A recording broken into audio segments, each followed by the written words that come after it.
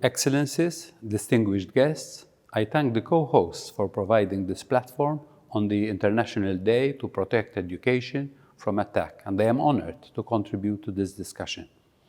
Access to education is a human right. As a former Minister for Education, I believe strongly that the international community should be responsible to protect this right, including in context of armed conflict.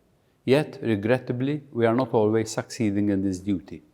We can no longer remain silent in the face of countless premature deaths of children, indiscriminate attacks on schools or their use for military purposes, and absence of educational opportunities. Children out of school are not only children who are being deprived of the opportunity to learn and sow the seeds for a better future, but they are also more vulnerable to abuses, exploitation, and recruitment as child soldiers. We must recognize that any attack on education creates immediate and long-term casualties. Safeguarding the right to education is of paramount importance. Education and literacy skills are among the required tools to meet the challenges for tomorrow. Without access to education, a generation of children living in conflict will grow up without the skills to contribute to the political and economic development of their country and to bring about sustainable peace. In this regard, we recognize the crucial role of the Security Council. It cannot turn a blind eye on the dire situation of children in conflict zones and conflict-affected areas. It must speak out with a strong voice against the attacks on schools, universities, and other educational institutions by state or non-state actors, or for their use for military purposes, and ensure that perpetrators are held accountable. It must also ensure that Security Council resolutions, including Resolution 2427, which Malta was proud to co-sponsor, are implemented, and call for the universal endorsement of the Safe Schools Declaration. Sufficient resourcing of child protection capacities is also needed. Moreover, the Security Council must ensure that children's needs drive the international agenda.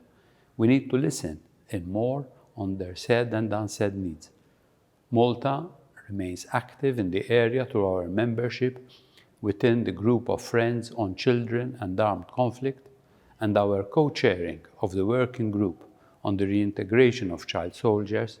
Should Malta be entrusted to serve on the Security Council during 2023-2024, we will ensure the Council takes a more proactive role in protecting education in armed conflict, with literacy and children in armed conflict singled out as two of our priority areas. We continue to call for increased support towards the work of UN Special Representative for Children and Armed Conflict, Virginia Gamba, and have recently embarked on a joint project with her office and the University of Malta to create a virtual summer school on child protection and the prevention of grave violations against children in armed conflict. Similarly, we aim to explore synergies between UNICEF and the Security Council to further strengthen the protection of children on the ground. These measures and others will concretely demonstrate the international community's commitment towards children in armed conflict and their inalienable right to education. On this day, I encourage us all to soul search and to identify ways how we can truly ensure that children worldwide are safe to pursue their right to education.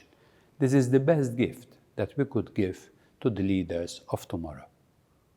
Thank you.